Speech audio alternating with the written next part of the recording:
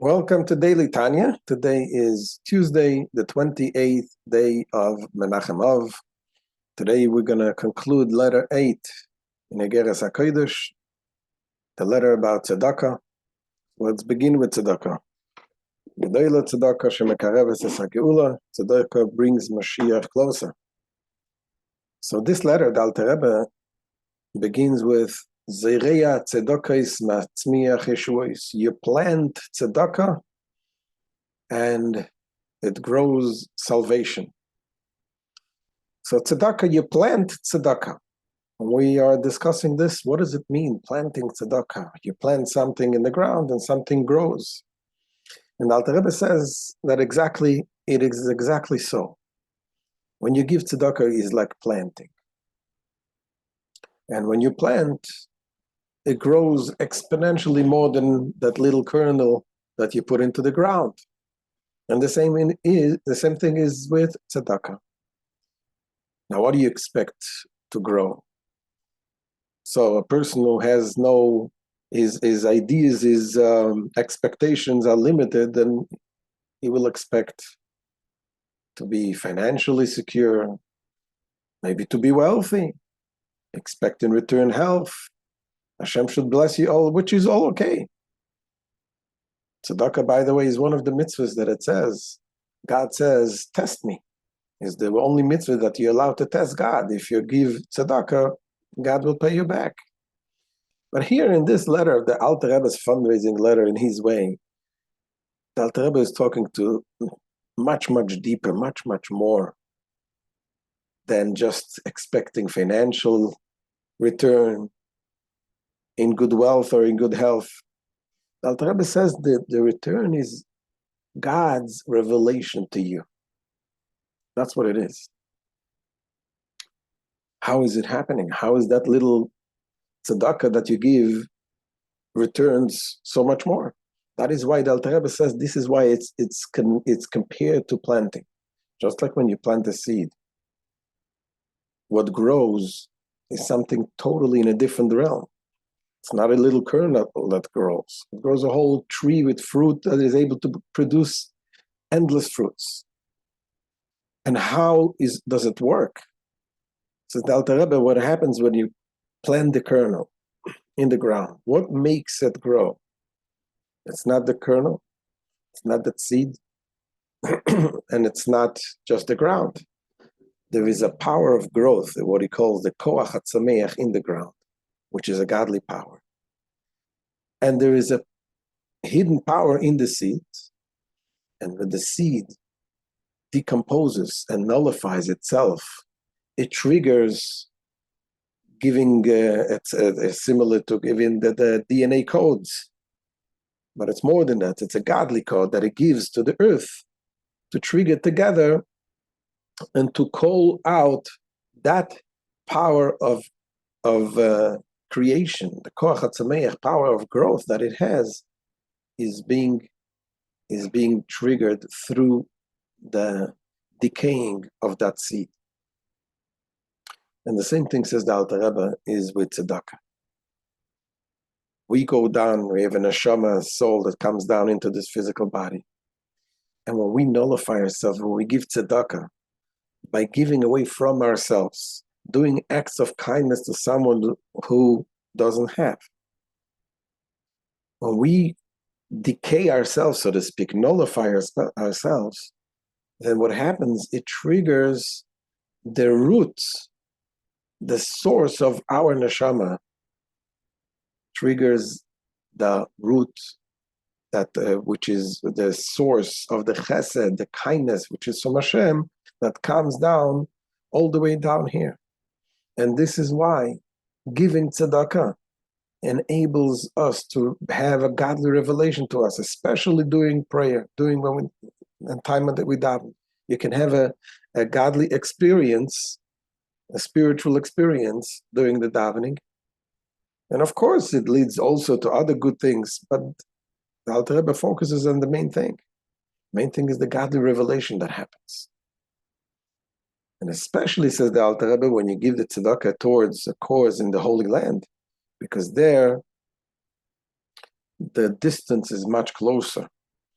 from the spiritual land to the physical land to bring the bracha match faster. So let's see inside what the Alter Rebbe says. Says the Alter Rebbe, v'kocha mamash al derech mashal kol ma'aseh hatzedakah sho'is in Yisrael. It is precisely like this, metaphorically speaking, like the metaphor of planting seed in the ground. Every act of charity that Jews perform, it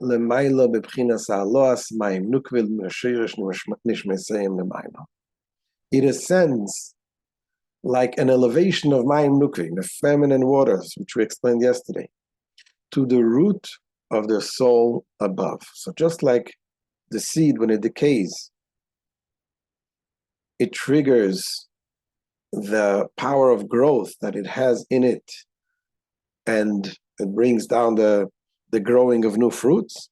The same thing that the mayim nukim, that feminine water that what he calls, is brings up to the source of the neshama to bring a greater light. Just as in an analogy, planting a seed will unveil the earth's vegetative power. So too, the Jew's act of charity will elicit the divine attributes of chesed, since this act serves as mayim nukvim, feminine waters, to its spiritual counterpart above. Now this spiritual counterpart above, which is the source of the neshamas, says the Alter Rebbe, it is referred to in a number of different names. One name it says, Anikra b'shem Knesset Yisrael. It is referred to as Knesset Yisrael, literally the congregation of Israel.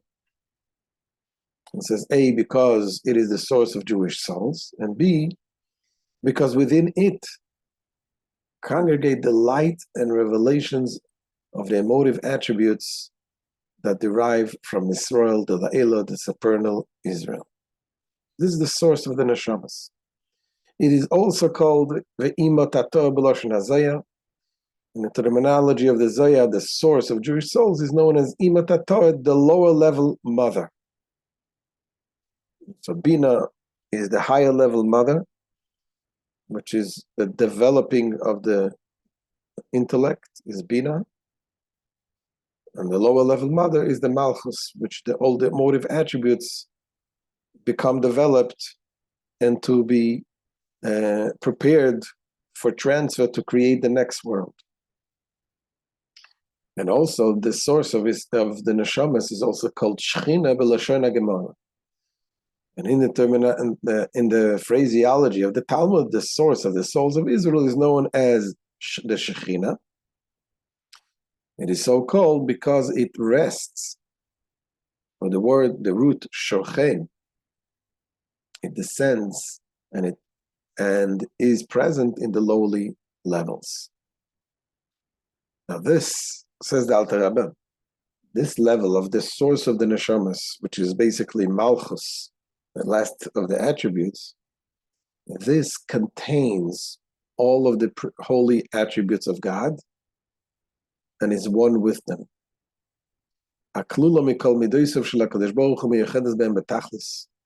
Which comprises and is utterly united with all the attributes of the Holy One, blessed is He. The first of which is the attribute of chesed. So man's neighborly act of chesed, kindness, ascend as a form of mayim nukvim to this divine attribute of chesed, for it is the source of the attribute of chesed within his own soul. So your own chesed triggers the chesed of above, the source of everything. And then what happens? Now, through this elevation, the actual chesed of God, the kindness of God, which is immeasurably superior to man's chesed and to world in general, now this level is aroused. The chesed of Hashem Himself is aroused. Shehu giloi oira yizborech, This is the ultimate prize. What happens is the godly revelation could come down to be revealed in your neshama. So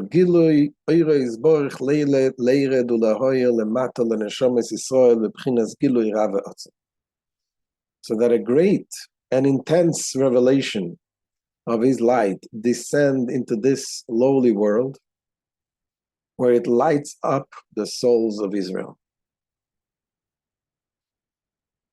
And it lights up, at least, it says, Bishas atfilo al kaponim, at least during the time of prayer, even if not permanently. So what does it mean to light up? To light up means that to be able to sense something more than what your physical body limits you. You're very limited. We are very limited. Just like Maimonides says, when you have a blind person, a person is born blind, try to explain to him the difference between blue and red. He wouldn't know. You're not talking in his world. For us to have an idea, thinking in way of spirituality, godliness, something above this world, we only sense what we see, what we feel, and what we understand. But to have a really godly inspiration, even if it's a fraction, only a glance of something, and obviously not every person is able to really reach godly revelations, but at least a little inspiration that we can sense sometimes. It comes from something. This is a gift that is given to us, which is way above and beyond any type of reward that you can get. This is God himself revealing to the person during the prayer.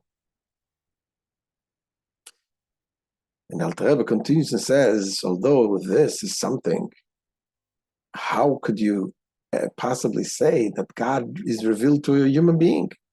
His greatness is beyond any understanding. Says the Alter Rebbe, Ki av shelegdulos ein cheker, for though his greatness is unfathomable. And gedula, greatness, denotes the divine attribute of chesed. So the chesed of Hashem is unfathomable. Ad kula kamei kaloch hashiva, to the extent that all are esteemed as naught before him. So how does it descend below and become capable of being fathomed by the Jewish soul? The Alter Rebbe, nevertheless, that's the greatness of Hashem. Where you see his greatness, you see his humility.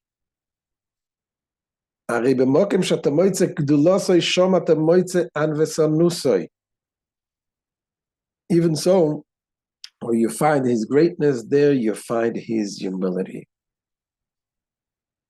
And the very greatness and chesed of God always finds expression in his humility, meaning in his ability to descend and reveal himself to the nethermost levels.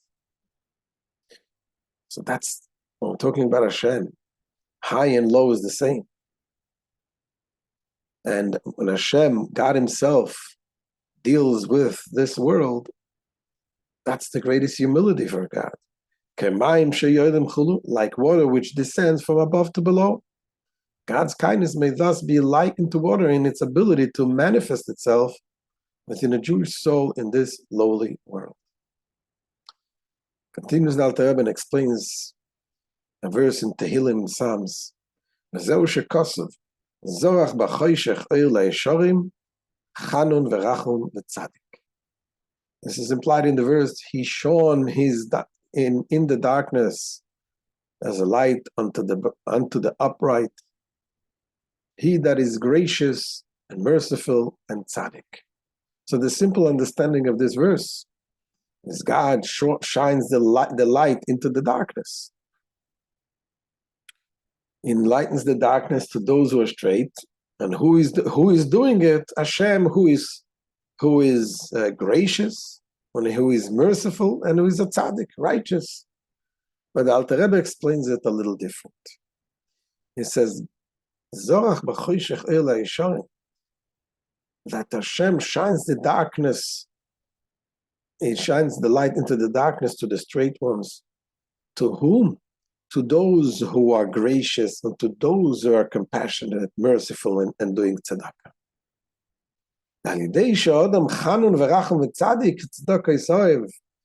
For by being gracious and merciful and tzaddik fond of tzedakahs, meaning performing acts of tzedakah with kindness and love, that's when we cause Hashem to bring the light.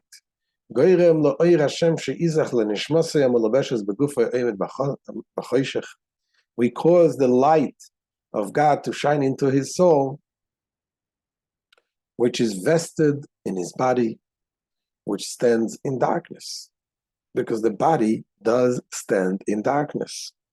Since it is the hide of the snake. Meaning that no matter how holy a person is, if a person lives in a physical body, the body restricts the person, obviously each one in their own level, from seeing the true light of godliness. But when we give tzedakah, that light penetrates, and that even in the body we are able to sense some spirituality. Says God nevertheless causes his light to shine into the soul, even as the soul finds itself within the gloom of the unenlightened body. And that is what he calls a redemption. Matzmiach Yeshuas. That when you plant tzedakah, the redemption grows. Why is it called redemption? Redemption is about turning darkness into light. This state, when darkness is converted to light, is referred to as deliverance, redemption. As when a man delivered from danger is transported from darkness to radiance.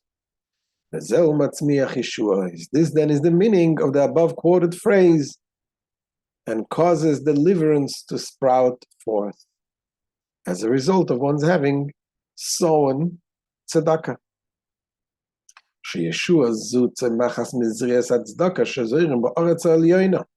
Because this salvation sprouts from the charity that is sown in the supernal land. Like we said before, the plant giving tzedakah here, plant tzedakah in our source of the neshama, Eretz Chayfetz, the desired land, the Shechina v'Knesses Yisrael, which is the Shechina and the Knesses Yisrael, the source of the Jewish souls, that which mentioned earlier. So called because it vests itself in the lower worlds to animate them. As it is written, your sovereignty, in allusion to the sphere of Malchus, which is the source of the neshamas. So your sovereignty is the sovereignty of all worlds, meaning it serves as the source of all worlds. It is this supernal land that is sown within the Jews' tzedakah, with the result that divine revelation sprouts forth during prayer. And continues, the Alter Rebbe says, it is especially true when you plant this tzedakah towards the cause of tzedakah in the Holy Land, because the Holy Land is directly connected with the spiritual land.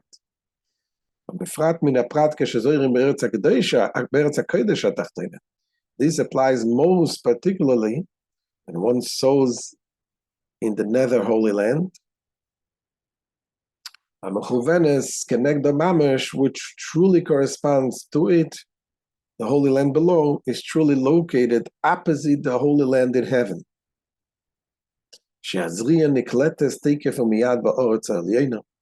For when such charity is given, the seed of tzedakah is immediately absorbed in the supernal land, without any obstacle or hindrance whatsoever.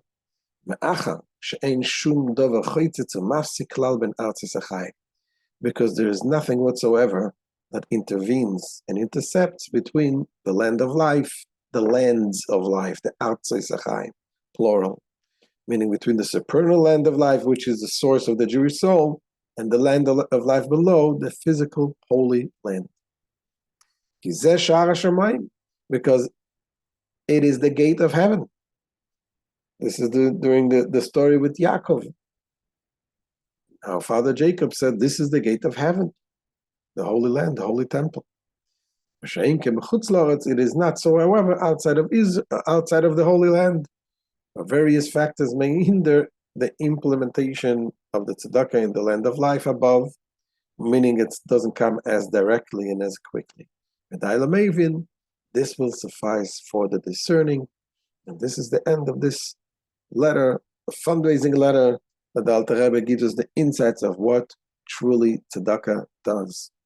Just to conclude with a story, there was once the third Chabad Rebbe, the Tzemach Tzedek, who was very close with his grandfather, the Alter Rebbe, the author of the Tanya. After the Alter Rebbe passed away, the Tzemach Tzedek had revelations from the Alter Rebbe. He came to him and he was able to talk and ask questions and get answers. Talking about holy people here.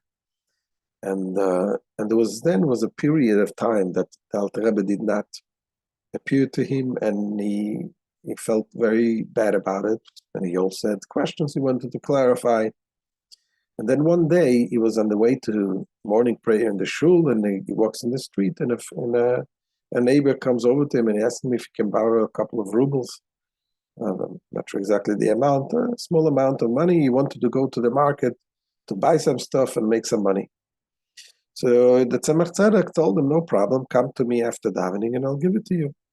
And he continued to walk to shul. And he takes his talis, putting on his shoulder. And then he thinks to himself, wait a second, what did I do? Why did I tell him to come after davening? By the time after davening, the market will be over. He's not going to be able to make the money. So he took off his talis and he went back. And looking for the Jew, and he found him and he gave him the money. When he came back to shul, he went to wash his hands. All of a sudden, the Alter Rebbe appeared to him. This is the giving of the tzedakah, the doing the kindness. What we do here, it triggers above tremendous godly revelations. So is this something that talks to you, to me? I'm not sure. Yes, good health talks to us better. Good parnasa talks to us. But if the fact that we learn, the Alter Rebbe teaches us what is the truth, because ultimately deep inside we do understand, we do want to have this deeper connection with Hashem. And when we'll have this deeper connection with God, ultimately the blessing triggers in everything else also. So this is the end of today's shir, the end of this letter. Tomorrow is yet another letter. Again, a letter that talks about tzedakah. We'll continue tomorrow. Have a wonderful day.